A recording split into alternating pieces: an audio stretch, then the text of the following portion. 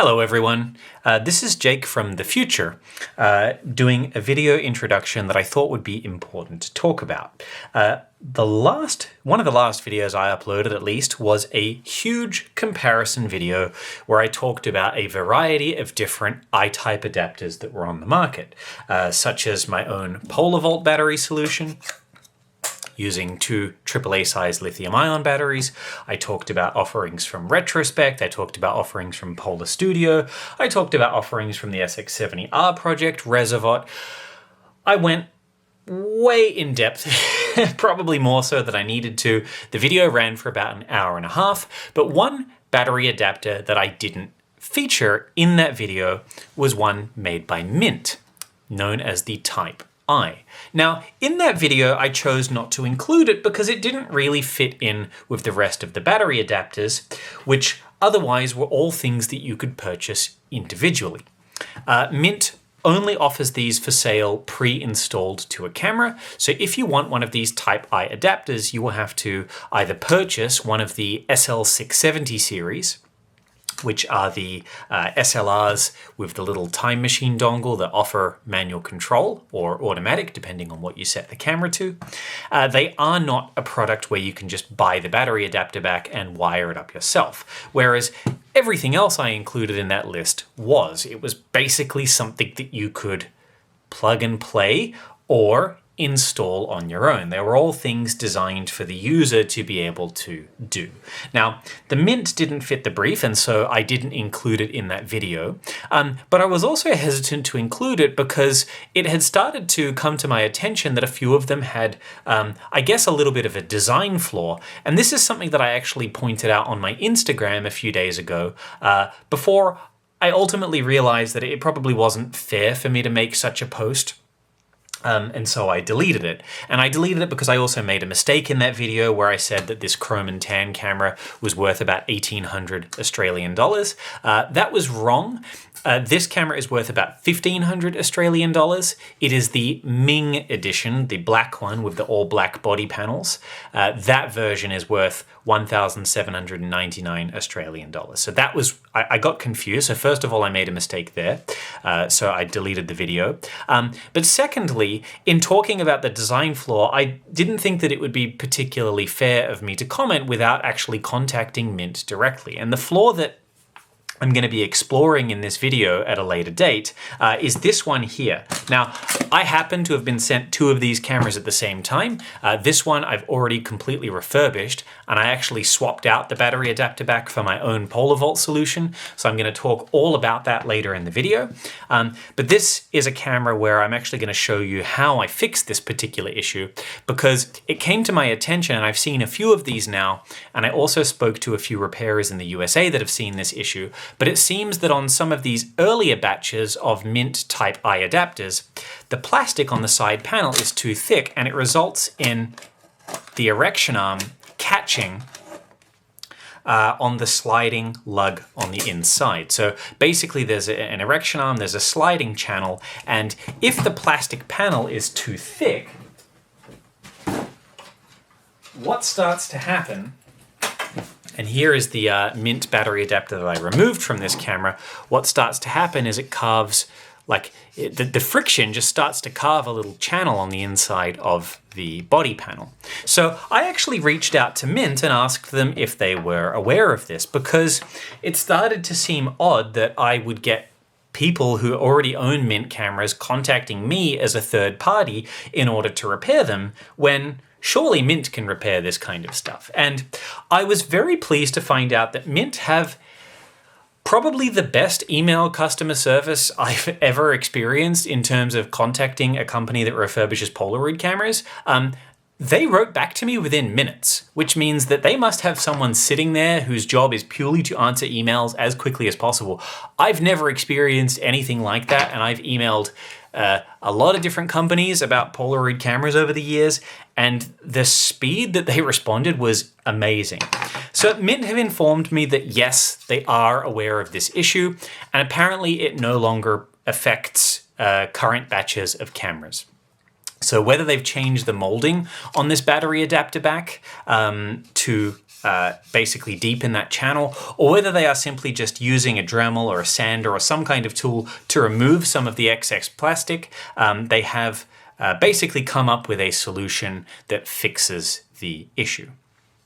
But yeah, I wanted to point that out because you can tell a lot about how a company operates by how their customer service works. And I gotta say, from my experience of contacting Mint, it was certainly on the better side. They acknowledged that there was a problem, they're going about fixing it, and they were also happy enough for me to release this video. Because I basically said, look, I wanted to do a video talking a bit about the design flaw. Is it something that you guys had noticed? And they said that it was. They also informed me a few little bits of how the adapter bit works. So I had a few questions, for example, how the sensor works, which you're gonna see later in the video. And basically they commented that anyone that's having a problem can send it back to be rectified, and I was really happy to find that out. But obviously they said, look, if people want to do this themselves, then they were happy for me to release an instructional video talking all about it, because I certainly think that there are some very positive aspects about this adapter back, which I'll comment on probably at the end and throughout the video. Certainly, it's premium in terms of quality. Like the fit and finish is so close to the original, it looks completely stock and factory. And I think I would argue that this is probably the best looking adapter back on the market. There are a few other strange little quirks of the design, mainly about the type of cameras they choose to mount these in, but I'll digress and speak about that later in the video. But yeah, I was very happy to see Mint's response to that. So it's great to see a company constantly improving on their product. And I think that's the kind of thing that is really going to be a take-home message from this video, in that if you think there's a way that people can improve a product or rectify a flaw or make something better, writing to them and letting them know puts the wheels in motion that they can then fix said issue. For example, when I first released my PolaVolt, I've since made this an unlisted video. I decided to keep it up there, but it is now unlisted so it doesn't come up in a search. When I first released the PolaVolt battery adapter, my original plan was to remove the film counter and wire it in through there.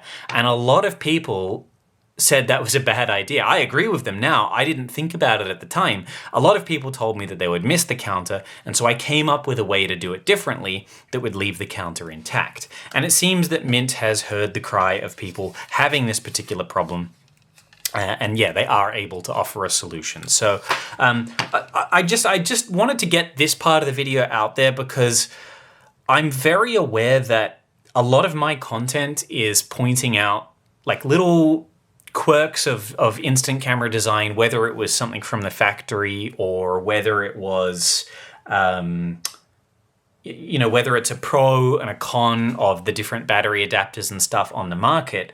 I don't want to get myself this reputation as being the guy that always complains about everything. I think that, for example, I had a lot of criticisms about the Polaroid i2, and about how the battery inside it wasn't user replaceable. And this is a criticism I have of the MiNT I-type adapter as well. But I feel like a lot of people just assumed that I straight up hate the i2 as a byproduct of that, and I really don't. I think that the new firmware seems to have fixed a lot of the auto exposure problems, even though it wasn't really mentioned, because when I started using this after modifying the battery, I magically started finding the automatic mode was working quite a bit better. So I think I'm going to have to do a revised update video of the i2. But what I wanted to really just point out here is my entire point of this channel is to educate you guys about repair of these products. Whether or not they need repairing now or in a future video, pointing out the little quirks of design, whether they be good or whether they be bad, helps in terms of repair knowledge in the future. And knowing how these adapters work means that, let's say something happens to Mint and they fold as a company, which I don't believe is the case. They make a lot of great products, including the flash bar, which I'm definitely going to have to do a standalone video on the flash bar in the future. But they are like let's say, for example, something does happen to them, you know, the factory burns down or something like that, God forbid. It would be nice to know how these things work, how they can be rectified, how they can be improved, just because I think that's valuable information. And my intent here is not to go sledging, you know, every single manufacturer of these parts. It's certainly not what I do, and I try and be as unbiased as possible, especially because I have, you know, invented my own battery solution. Although I will just add that I did make this open source. This is open to anyone that wants to use it. I mean, I've literally given this design out. The only thing I ask is if you start selling this commercially, you just credit me and just say, you know, as invented by the instant camera guy. That's literally the only thing I ask. Otherwise, you have free range to literally use the off-shelf components that I use in my PolaVolt battery solution. Make your own. Mint, you could do this too if you wanted. I've made it open source. But, you know, I am fully aware that I don't want to be seen as having some kind of bias as someone that also refurbishes this technology and who performs repairs on things. And I really wanted to get that out there because, you know, I feel bad every time I point out, you know, something that I don't personally like about a product. And I just want to emphasize that when I do such a thing, it's not out of malice or anything like that, but it's out of suggesting a way that things can be improved in the future and, you know, that you could perhaps make something better as a byproduct of that design decision.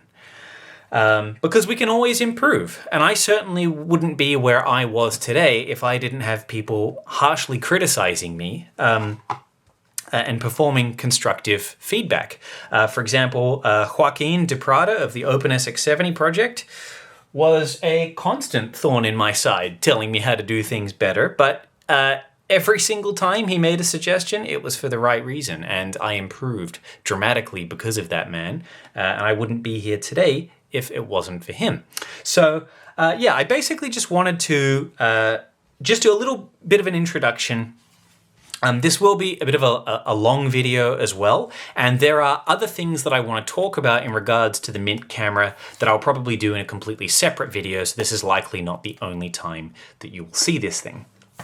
One other little feature that I've added, long-time viewers of the channel will know that when I do a deep dive into something, I often put additional bits of text on the video screen to further elaborate things that I might not have thought about at the time, or to provide corrections if I got something wrong, because the way I record these videos is generally very, very long takes.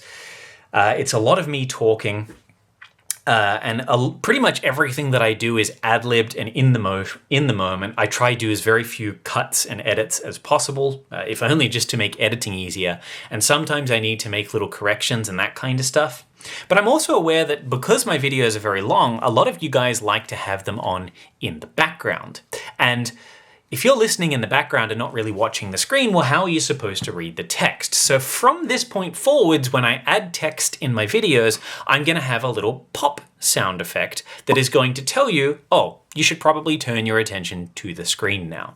And I think that's going to be a lovely little addition just to help get my information across. So from now on, whenever you hear a little pop sound in the video, it's because I'm putting text on the screen, and that's going to help for the kind of viewers I think that like to just leave me on in the background and listen to me waffle while they're editing photos or doing their taxes or whatever it is that they might be doing.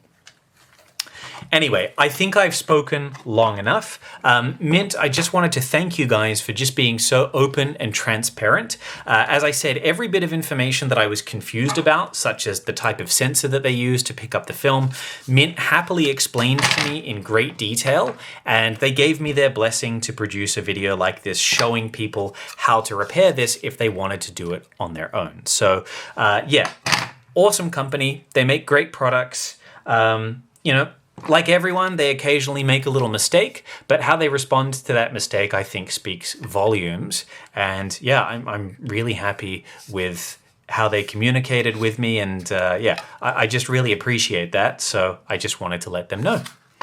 Anyway, on with the video. As I said, I'm recording this obviously after this camera's already been done. In the video, you'll hear me get confused about a lot of how this works because I'm opening one of these up for the first time and it's not exactly like there are schematics out there, but I end up figuring out a lot of what's going on. And so, yeah, I hope you enjoy this video.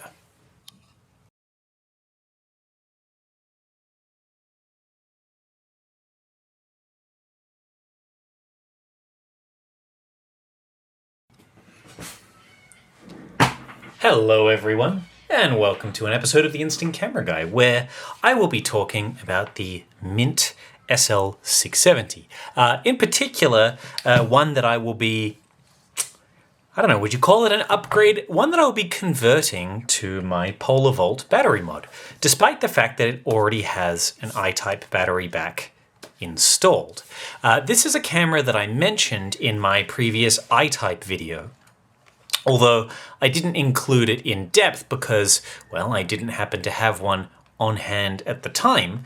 But in addition to that, I thought that the back was a little flawed and warranted talking about. And now that I have one here, I'd like to give you guys my thoughts on it. Now, this video is going to be released at a time where this is the product that MiNT are selling, and it is entirely possible that they may see this video and make further revisions and reiterations. But one of the big problems that I had is, much like the Polar Studios adapter of the same variety, the battery is not user replaceable.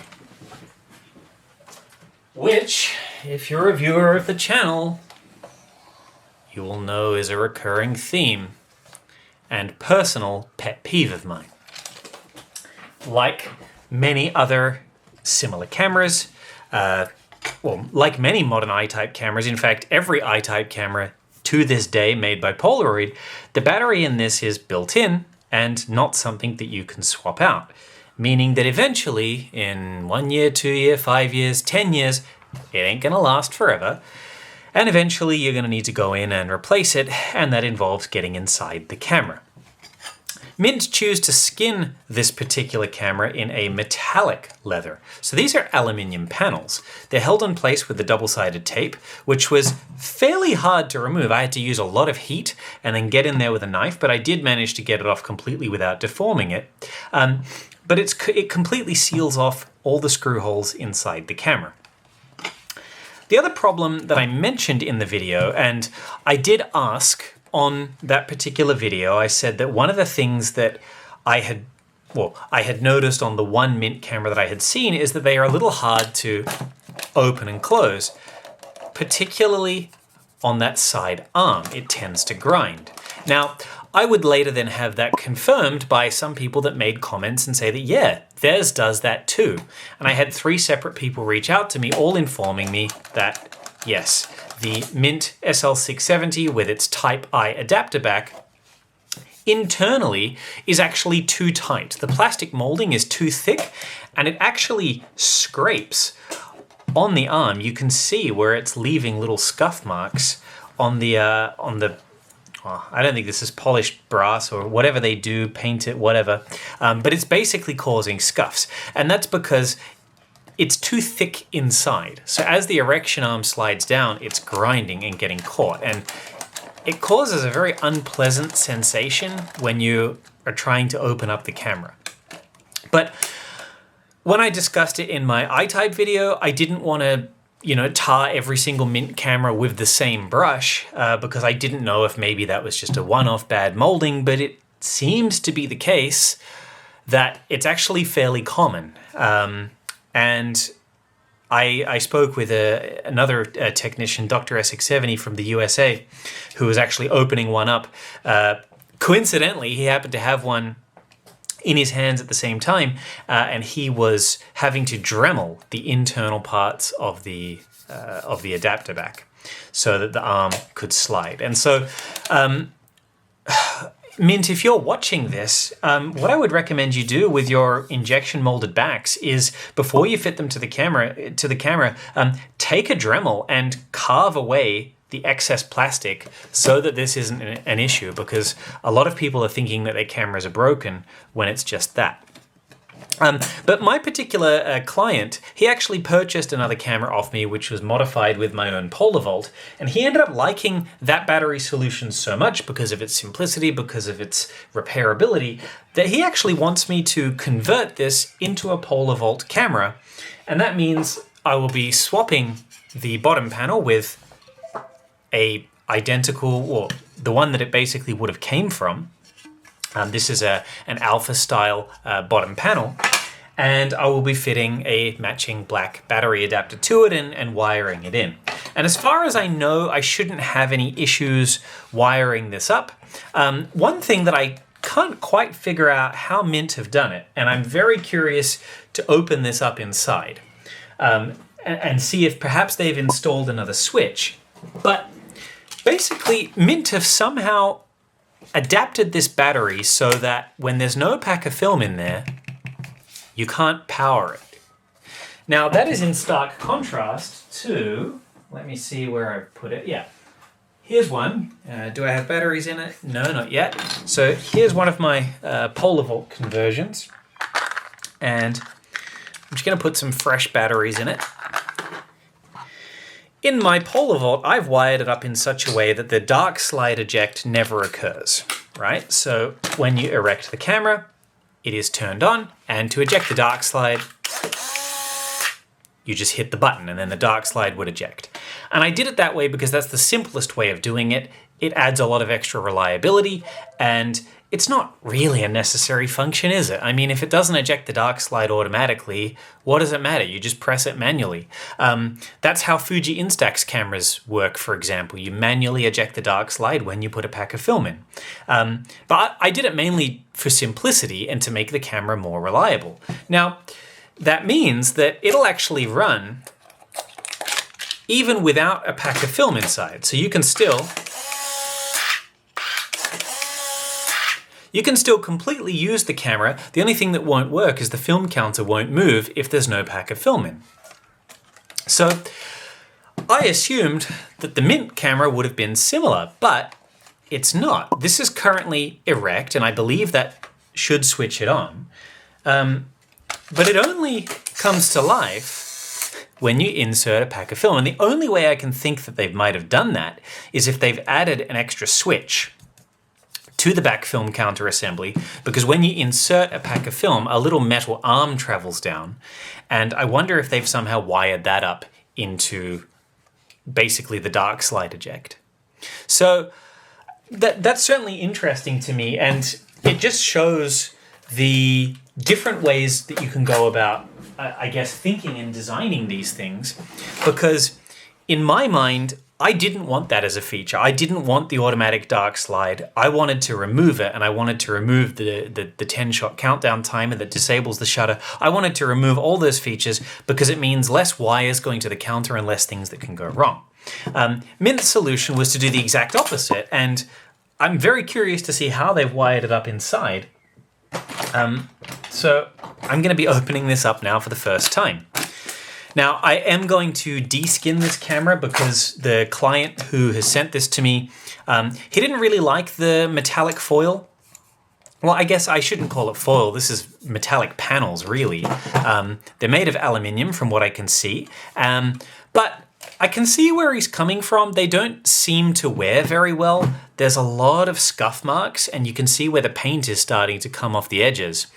Now, in my opinion, this is a real missed opportunity for MiNT to use brass sheeting instead of aluminium, because how cool would that be if instead of that sort of silver layer coming through, you ended up with this Leica M3 black paint style patina and the brass showing through. I mean, they've already got a brass arm on the side. This is kind of MiNT's signature, and either they've electroplated the original erection arm or they've put it in acid to remove the chrome, because it might be entirely possible that once you remove the chrome, it's brass underneath. I don't know. I've never looked. But the spring is brass, and so is the erection arm. So I would have just assumed that they used brass sheets that would wear in the same way, and I think it would look a lot cooler because brass as I said, has that kind of history. In the 1930s, a lot of black painted cameras were made out of brass underneath, and when they wear, it leaves this kind of like gold showing through in the bottom, and it looks really, really cool. It's actually arguably quite desirable. If you have an old Leica black paint that has good patina, they often sell for more money than a standard one. So it seems like a bit of a missed opportunity there. But since this bottom panel is a unique shape, and since I can't recycle this panel onto the original panel, and since my client doesn't like the way that this wears and would prefer the nice grippy Akiasahi crinkle emboss, I will eventually have to deskin all the body panels. But for now, what I'm going to do is just take some bits and pieces off and really just see how this thing works and how it's wired up inside, because I'm very curious to see. Because a lot of MiNT's design choices for this are, I guess, a little confusing to me. Like, I really do wonder why they've opted for some of the choices that they've made here. One of the things I find interesting is that this camera, the battery back that MiNT have built, has its own tripod socket. It's in a different position than the standard tripod socket. MiNT have put it directly in the center, whereas Polaroid, it was mounted more towards the rear. And I wonder why they've opted to do that. And I wonder why MiNT have decided to base this particular model of camera on an SX-70 Alpha. Because the SX-70 Alpha already has a tripod socket and strap lugs, and it would stand to reason for me that it would be far easier and cheaper to find SX-70 Model 2s, which don't have a tripod socket and strap lugs. And if I was MiNT, I would be sourcing the Model 2 as a base for the camera, because lens-wise, they're identical. Generally, body ribbon-wise and motor-wise, the Model 2s were built using superior parts than the Model 1. And if I was to install this battery adapter back on this Model 2, then all of a sudden it would gain tripod socket and strap lugs. So why MiNT have decided to base a camera on an Alpha that already has tripod socket and strap lugs, and then give it additional tripod socket, it sort of doesn't make sense to me. And the other reason that I ask that question is, on I-type packs of film, I don't think I have one right in front of me right now. Do I? No. I've binned them all because I've been shooting so much film. But I-type packs of film have like this extra rectangular lug that sits at the end, right? Actually, I think I do have one. Give me 2 seconds. Yeah, here we go. I do have one. Okay. They have this extra rectangular lug compared to a standard pack of film. And Polaroid originals, they seem to go through a few different moldings of these I-type backs. And because of that lug, it catches not only on the metallic tongue that is inside the camera that prevents you from inserting the wrong film, but it also has a habit of catching on the original tripod socket all the way down the end. So when you go to insert the pack of film, it tends to get caught, and it can tend to be very hard to then pull out. Well, if you base a camera on the Model 2, which doesn't have the tripod socket internally, and you remove that tongue, it's actually far easier to slide the pack in and out. So here's a Model 2. I've removed the tongue. It has no tripod socket. And the I-type film goes straight in and straight out. There's nothing at all to get caught. So it would seem that it would be a better choice for MiNT to base this on a Model 2. I'm not sure why they're using perfectly good Alpha chassis, because SX-70 Alpha cameras, they really do command a premium over the standard models because of the tripod socket and strap lugs. And it would seem to me that MiNT would get a camera with identical performance whilst having lower overheads for themselves. Because I should have mentioned this at the start, this ain't a cheap camera. This camera is about 1,700 Australian dollars, which I think is about 1,200 or 1,300 US dollars. And I think MiNT's profit margins would be a little higher if they didn't use an Alpha as the base. Anyway, I digress. That's just my 2 cents.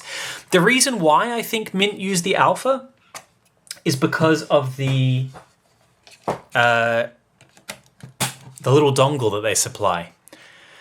For whatever reason, I think that this dongle, when it's communicating to the new MiNT PCB, I believe it needs an SX-70 alpha style flash fire assembly, and I don't think it will work with the flash fire assembly from a Model 2. And that's why I really like the SX-70R project, because Yongmin built these PCBs to work with any model of SX-70. All you have to do is wire in the flash fire pins slightly different. If you are wiring in a Model 1, you wire them pin to pin. But if you wire them for a Model 2 and onwards, you put pins 1 and 2 onto pad 1, right? Whereas on an SX-70 Model 1, the flash fire assembly needs to be wired into the RPCB in such a way that it's pin to pad, pin to pad, pin to pad. On the Alpha or the Model 2, you just combine pins 1 and 2 onto pad 1, and pad 2 is just left unpopulated. So this is a shutter that I've finished working on. It needs to go into a client's camera, but I'll put it over to the side. So I can only guess that the true reason that MiNT is using alpha cameras for their time machines is because of the dongle, and it must just the way that they seem to have created the PCB. I'm guessing, by the way, this is pure speculation, but it's an educated guess because the very first open SX-70 cameras did the same thing, like they would only work with alpha flash fire assemblies, just like MiNT. So I'm guessing that the reason they haven't used a Model 2 is because the shutter would just not be compatible with MiNT's new PCB and time machine. Anyway, I think I've waffled long enough. Let's see what the hell is inside this thing. And let's have a look at the film counter. I am very unsure how they've wired things. Well, regardless, I have to sort of de-wire this. But yeah, there's the very flat battery pack. And see here, can you guys see the inside? I'm just going to bring my lamp around. Like, oh my God. Can you see that? Yeah. See the huge scuff marks? So if I was to take a Dremel, actually there's actually shards of plastic and stuff, because that arm's been literally just driving a channel. And because it's left the, yeah, look, you can see. Okay, so I'm guessing that MiNT must electroplate these, because you can see here where the electroplating has entirely been scuffed off by the fact that this plastic is too thick. So if I wanted to reuse this, I would have to basically Dremel a little channel and reduce the thickness of the plastic, and then it would work just fine. And I've had another client of mine since send me one out to do that very thing too. So it seems like negative is wired into negative here. And then I wonder what these two wires are all about. I'm very curious as to how this all works. Alrighty, so it looks like yellow. Oh, interesting. Okay. So I'm guessing that yellow is positive for the lithium-ion battery, and red is positive for the built-in packs of film that have a battery, because I believe you can use both on this camera. Maybe? I'm not really sure, but I'm gonna keep peeling it away to see how they've wired it up. Yeah, okay, so I assume, yeah, this goes to the battery terminal. So, I mean, one advantage of MiNT's camera over my own PolaVolt is you can use built-in batteries, like in the packs of 600 film. So if this completely dies, it'll switch off the lithium ion back. But I mean, I did that out of design because I'm assuming that this camera has some kind of like switching mechanism or something that just deviates from power supply to power supply. And you can see this big custom PCB in the bottom that they've got, obviously, to facilitate that. Right, so I'm just going to start unwiring this thing. taking out the black wire first. Okay. And yeah, here's the little green wire. Okay, I assume this green wire like goes to... I don't even... What is that even going to? I don't understand what the green wire is going to. Is it going to some aspect of the film counter trigger? I genuinely have no idea. I'm going to need to investigate that. I'm really confused as to like I'm sure I'm going to figure it out very shortly, but this is confusing to see for the first time. I'm also I'm going to make sure that I just insulate this as I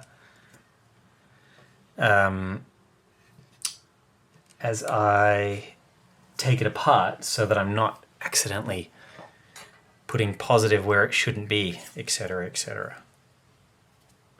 Because as far as I know, if I was to then connect that ribbon cable back up to its original battery terminal, it should just work with a standard pack of film. So I am... Oh my goodness. Ay. Get on there. Yeah, I just want to cover up the end of that wire. And then I want to take that one off too. And then, yeah, I guess this tiny little green wire, which you can just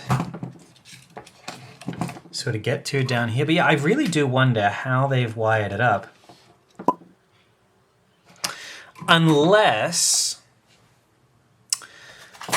what was happening, because I didn't test it with an I-type pack, unless you have to like, I don't know, but there's no on button. Unless it like defaults to dark slide eject mode using a standard pack, and then with an I-type pack you've got to like manually press the button. I really don't know, but I can't power it with nothing in there, so I'm really not sure how they're doing that. Anyway, I'm just gonna put the terminal back on and just test that it still works with the... I'll put this to the side because we won't be reusing that. And I'm just going to see if I can put the original battery terminal back on, because from what I can see, everything else is wired very stock. Like this is basically stock SX-70 alpha wiring underneath this. And so I should just be able to poke this terminal back on, as long as it hasn't been too bent out of shape. Yep.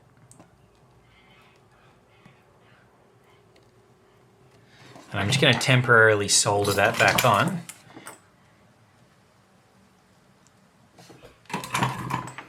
And I'm just going to see if this works with a pack of film.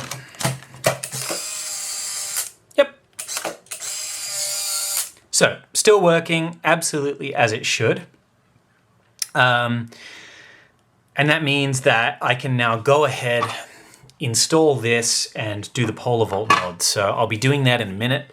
While I've got it here though, I've been instructed to add a rule of thirds grid. So I will need to take this thing apart further. But it is nice just to confirm that everything still functions after I've taken the battery adapter off. So I'm very tempted to like open this up further, but yeah, as I said, the thickness of the plastic it's just way too thick on the side. It wouldn't be too hard to correct. I would just need to carve a channel in there basically using a Dremel. But the rest of it's pretty cool. I mean, like it's not a stupidly bad design or anything. It's just I would love it to just have like a little door here to put a battery in. I mean, it doesn't seem like this battery would be that much thicker than like one of those Nokia mobile phone batteries. I forget what they're called. If I remember, maybe I'll just splash it up.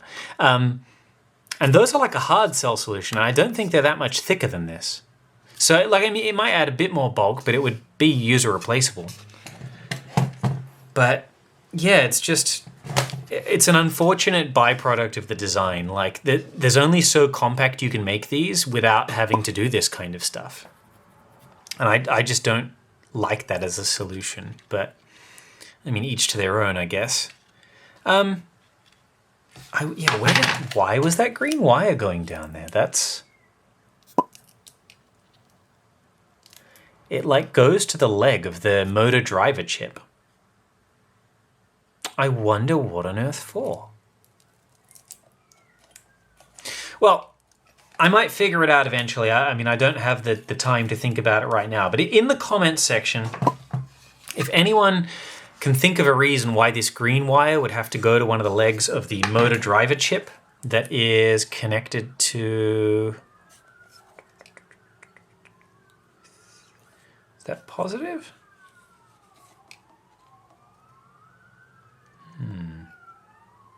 Positive is here. Yeah, I think it has something to do with... That leg on the driver chip has something to do with the anterior RAM switch here.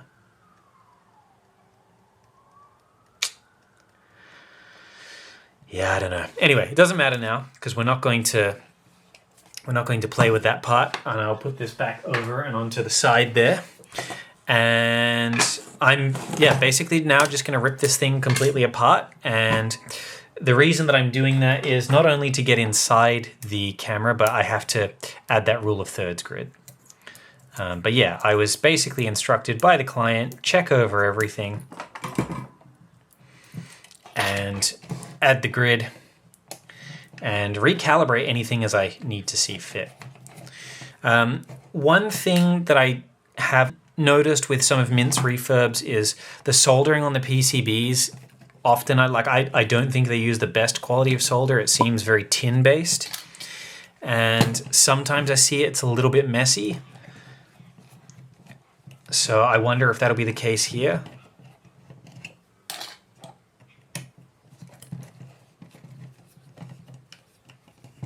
If it is, I'll just clean it up. This one's actually pretty good. No, I'm okay. I'm very happy with that. This is excellent. Like, I don't need to do anything to this. And they've insulated it really well. They've soldered on the ribbon cable nicely. Yeah, this is really good. All right. Nope, I'm very happy with that. There's really no need for me to do anything here. But yeah, this is the PCB that MiNT use. And yeah, there's very little for me to do in this shutter, I think. I'm very happy with it. Yep, that's moving nicely. That resets. I like their red focusing wheel. I quite like that. Johnny, I know you injection mold stuff at Polar Studios. Maybe make some different colored focus wheels. That'd be cool. Right, so yeah, I don't think there's much I have to do to the shutter. It's just going to be opening this thing up. So from this point forwards, I might do a little bit of a montage. I'll see you on the other side, okay?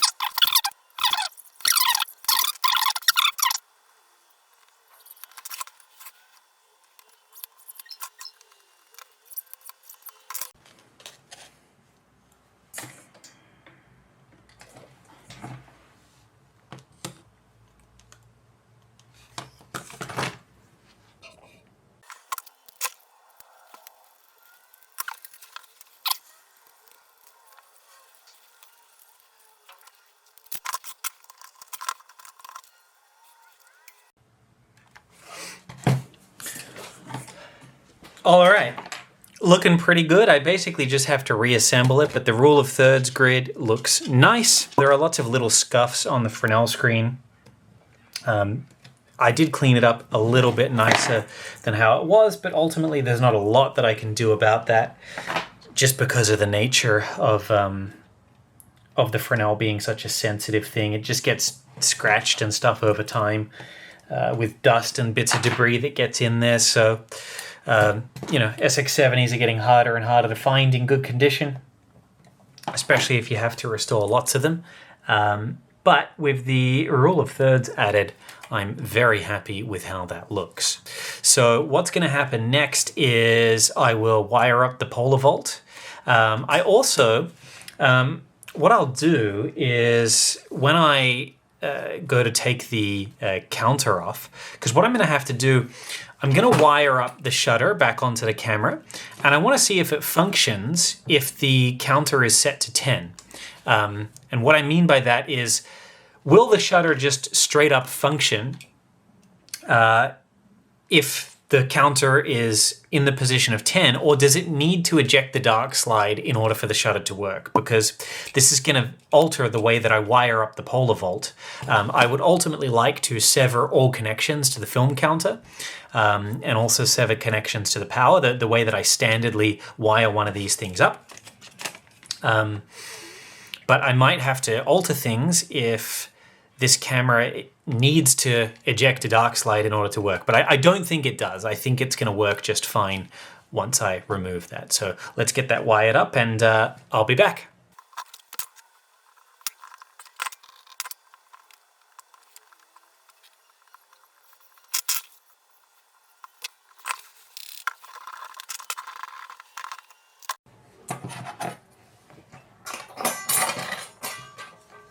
All right, I have the thing reassembled.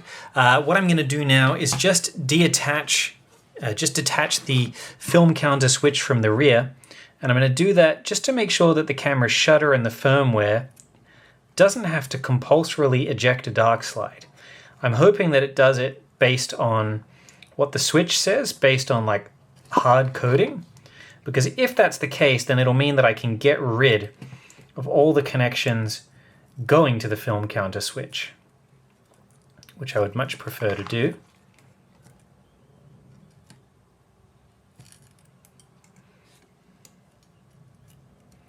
There's a lot of solder on this one.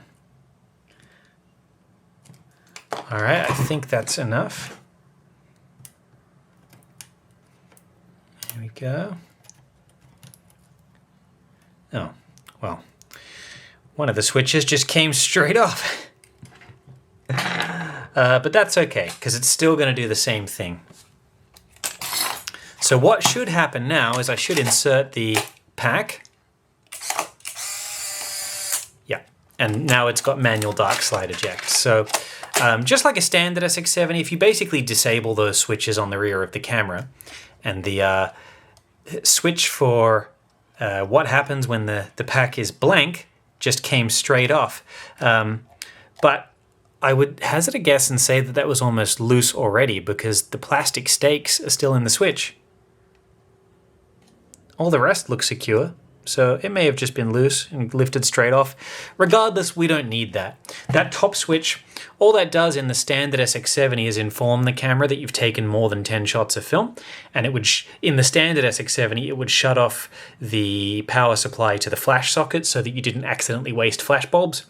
It's not a necessary feature these days with electronic flashes. But with the switches completely disconnected, it means that the only way that the shutter will work is by pressing the button. And if I get the dongle, which I put over here, and let's put it on a very obviously slow setting. Let's go bulb mode, right?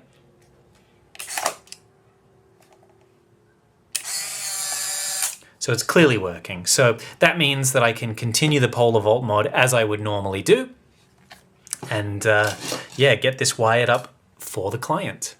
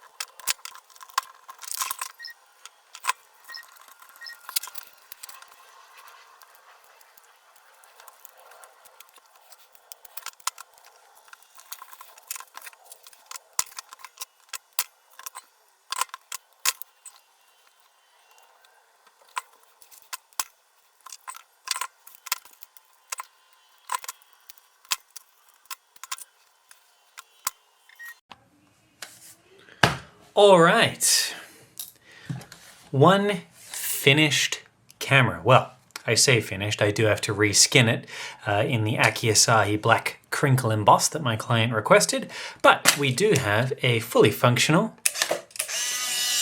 and working camera. The only other thing that I had to do to it off screen was I had to replace the rivet here, because when I took the bottom metal foil off, the bottom metallic panel, I found it was just straight up missing. So I have added my own. I slightly drilled out the hole and added a slightly larger pop rivet, which I will file down before I reskin it. But the camera, other than missing its screws, because I won't put all of them on until I make sure the shutter is 100% calibrated, the camera is in working order. The new base panel is on, and everything works exactly as I would expect. Like all of the other PolaVolt mods that I've done, it will work without there being a pack of film in there. So if you don't have an empty pack or anything like that, you can still test to see if the camera functions without needing to insert anything. And yeah, I think that's really all I have to say. I replaced all the screws at the bottom because obviously the MiNT adapter comes with longer screws and they wouldn't work. So I've banged in a few from an SX-70 Model 1. And the other thing that I discovered as well when I took out the battery terminals is MiNT does seem to have a solution for that I-type little lug catching on the original tripod socket. What they actually do is on the plastic little sheet here that sits underneath the terminals, they've added this adhesive piece of plastic, which I guess provides like a little lip to lift up before the I-type pack gets inserted around the tripod socket. And yeah, doing so, I guess just helps with insertion. So it's kind of clever that they've taken that on board. I'm assuming that goes for some of their newer cameras, because I know that when they initially came out about a few months ago, there were a few people that reported having issues inserting I-type packs, but I'm glad that MiNT have found a solution around it. Another thing that you can do is just using a little pair of side cutters or nail clippers or something, you can just cut that lug off. So if you are shooting and you're out in the field, it might be handy to just take a little pair of nail scissors with you. But otherwise, you can kind of just jimmy and jostle the pack in there. Eventually, it will go in. But yeah, that's the only other thing that I noticed about the MiNT camera, just that they'd added that little black plastic ring. But yeah, I think what I'll do now is just finish skinning the thing. Maybe I'll show you guys the final result of that, and I'll let my client know. The rule of thirds grid looks really nice. Functionally, the camera works identically to how it was before. The only difference is that the dark slide eject is now manual instead of automatic, but that makes sense because when the camera is collapsed, that PolaVolt gets turned completely off. Well, there we go. I think the world's first MiNT time machine camera with PolaVolt electronics. I'm very happy with how this turned out. Everything about it works exactly as I would expect, and I think my client will be very happy overall. The bottom panel that I had to source for this camera did come out of my spare parts, which is why it's a little scuffed and a slightly different shade compared to the rest, most likely because it came from a different batch off a completely different model camera. But beggars can't be choosers. This is the only part that I had in stock, and it's pretty unusual for me to have spare black base panels like this with the tripod socket and strap lugs. Usually they go very quickly, so I'm surprised I had this one in stock at all, really. I took the liberty of figuring out how the film eject mechanism works on the MiNT camera, by the way. There appears to be some kind of a sensor which basically shines up through one of the holes in the chassis here. And I don't know how it works, but clearly once, like I'm not sure if it's measuring like reflection from the mirror, and then when you insert like that black pack of film, like it blocks off the light and it doesn't get received back or something like that. I'm not entirely sure how it works at all, but there seems to be some kind of, yeah, little sensor down here next to the little bit of tape where it's held on by a screw. And yeah, that's what recognizes that a pack has been inserted. On the underside of the PCB, you can see just how complicated it is comparative to my solution. Because this obviously has the charging circuitry and the little LED countdown timer and all that kind of stuff. You can just see how much extra complexity adding something like that really adds. But I wanted to take the PCB out just to see exactly how the battery connected, and well, unfortunately, it doesn't look like there is any kind of plug for the lithium-ion battery. It looks like you have to solder it on, so there's no JST connector or anything like that, meaning that, yeah, when it comes time to be replaced, this will absolutely have to be taken apart and basically reassembled from the ground up, which is not ideal. It's certainly not something that I would say the average user could do. It would be like a technician only type of thing. So I'm going to assume that MiNT are banking on having to perform that kind of repair in the future. Otherwise, why would they release such a camera? And I'm assuming that they would cover it under warranty. The warranty on these cameras is meant to last for 5 years, but I don't know if that actually includes the batteries and all that. So yeah, I'll just put this back together. But anyway, I hope you guys enjoyed this voyage into the MiNT Time Machine Type I.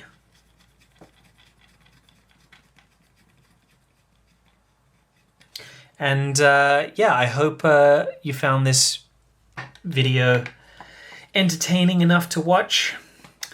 And yeah, hopefully I'll be back in the future with other I-type shenanigans. I'm sure that I will be. But yeah, I would like to thank my clients for giving me the opportunity to work on this camera.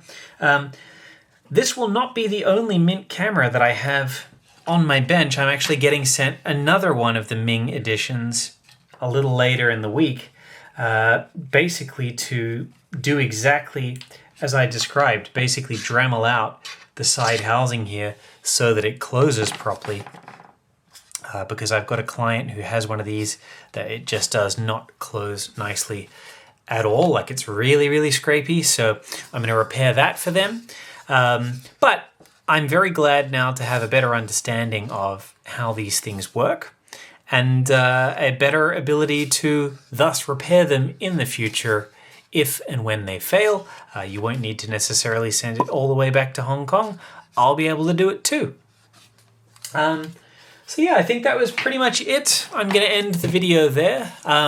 Let me know what you think of the finished result. The last thing that I wanted to touch on is that I'm sure that there will be some of you out there wondering why on earth my client did such a mod. I mean, after all, this camera already had a very capable I-type back installed into it. And the answer is simple. He purchased a camera off me that already had a PolaVolt. He liked it so much, and he liked the fact that you could swap batteries very easily, that he asked me to modify his camera to match. It's as simple as that.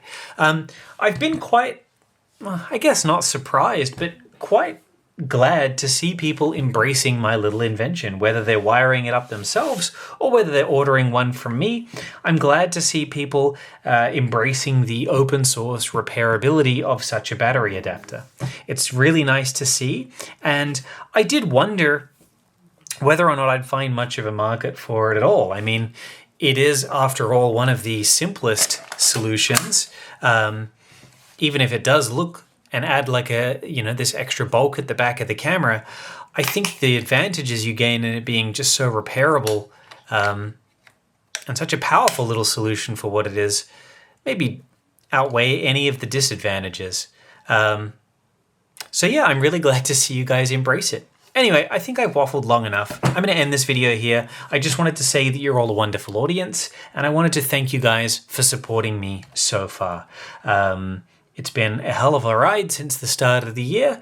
I'm nearly at 2,000 subscribers already, and well, I couldn't have done any of that without you guys. So I just wanted to say a big thanks. I'll see you in the next video. I hope you all have a wonderful day.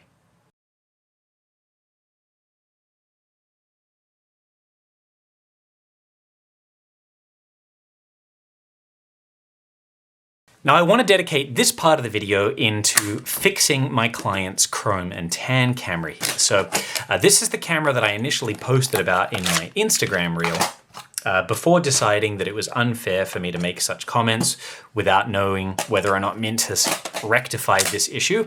As I said, they have fixed this problem, so this won't be an issue in later batches.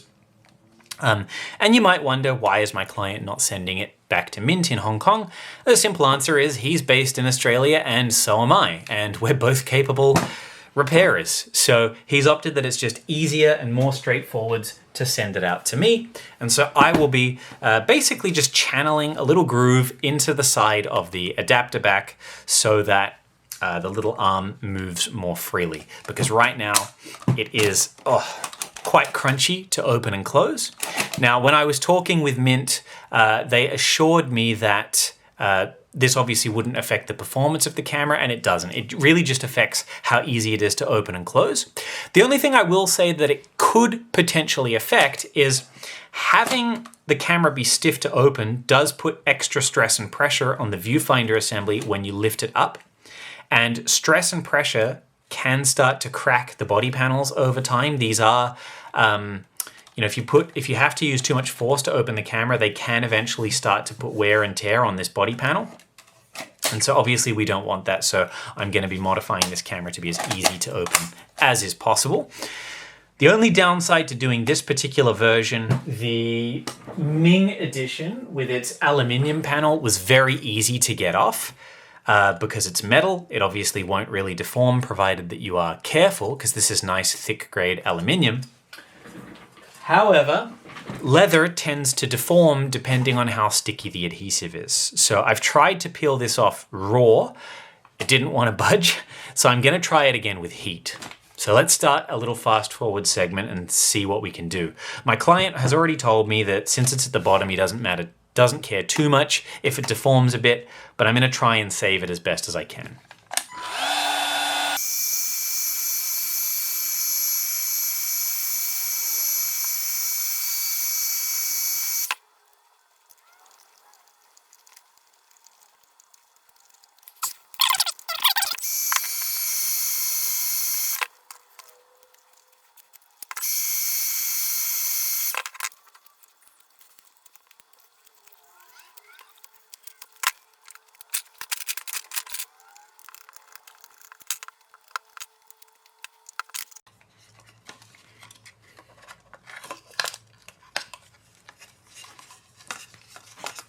All right. You guys might be able to see where the issue is occurring. There's basically been, can you guys see that? That sort of gray area? So the plastic underneath has been pretty much scuffed away. Now the cool part about that is, well, at least we know where we have to remove the excess from when we get the Dremel out. Now, I don't really want to have to de-wire this entire thing, so I think what I'm going to try and do is just put a plastic bag over this and try and mask this up as best as possible so that I can just come and leave everything inside. I'll tape over their little sensor here, and I'll basically remove a whole bunch of excess plastic from within that little panel. We can see here on the side of the arm where some of the gold plating has been scuffing away. Now, unfortunately, that gold plating has been removed, but you can't see that part anyway, so it doesn't cosmetically affect the camera, which is excellent. And obviously, none of the area that I'm going to be removing here is going to cosmetically affect anything. So let's cut while I bag this thing up and grab the Dremel out. All right. So I've put a plastic bag over the camera, and the reason that I'm doing that, I just simply cannot be bothered desoldering every single connection and wasting my time doing that. I will just use a bit of electrical tape here over the sensor because there's a little infrared sensor that detects whether or not the pack of film is inserted. And what I've done is I've gone ahead and marked with a Sharpie just inside exactly where I'll need to be cutting. Now I'm going to put on my safety glasses because safety first. And I'm going to have the dremel on a fairly low speed, just removing some of the excess.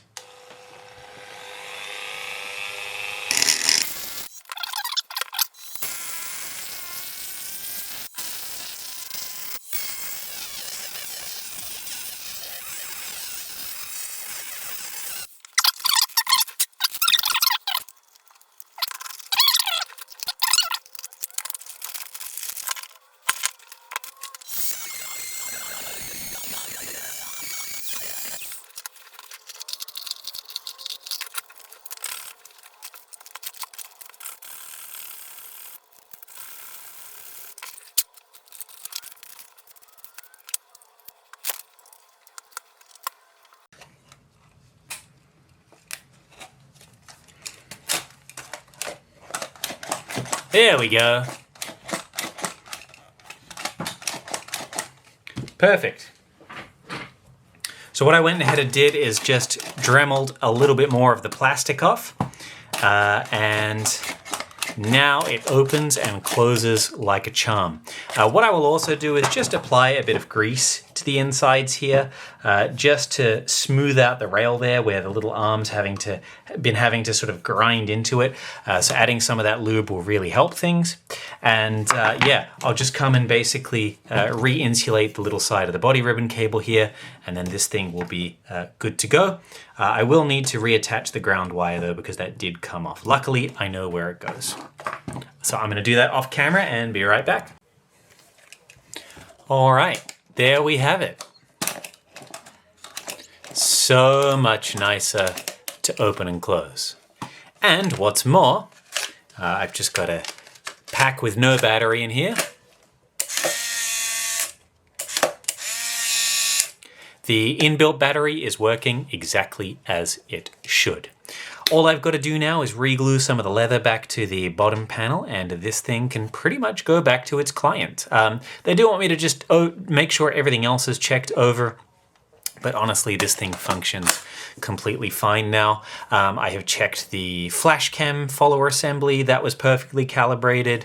Everything else sounds good. The only thing that this had wrong, really, was that little latch, but I'll still check everything anyway for the client. And yeah, if you guys have one of these MiNT cameras that does have that hinge issue and you don't necessarily want to have to send it back, you could attempt to fix it yourself. Just be aware that doing so will likely void various aspects of your warranty. Obviously, opening something up and attempting repair on your own is generally not good for warranty purposes, unless you've otherwise been specifically instructed to do so by MiNT. So just bear that in mind. But yeah, this is now much smoother to open. I also adjusted the clasps just to put minimum stress and pressure on everything, and this is a yeah, really nice feeling and looking camera as a result. But yeah, I quite like MiNT's battery solution here. It's nice and powerful. The USB-C charging is really cool if I just grab my camera's USB-C cable. I don't know if you guys will be able to make it out, but yeah, there's little white LED lights that turn on indicating the charging.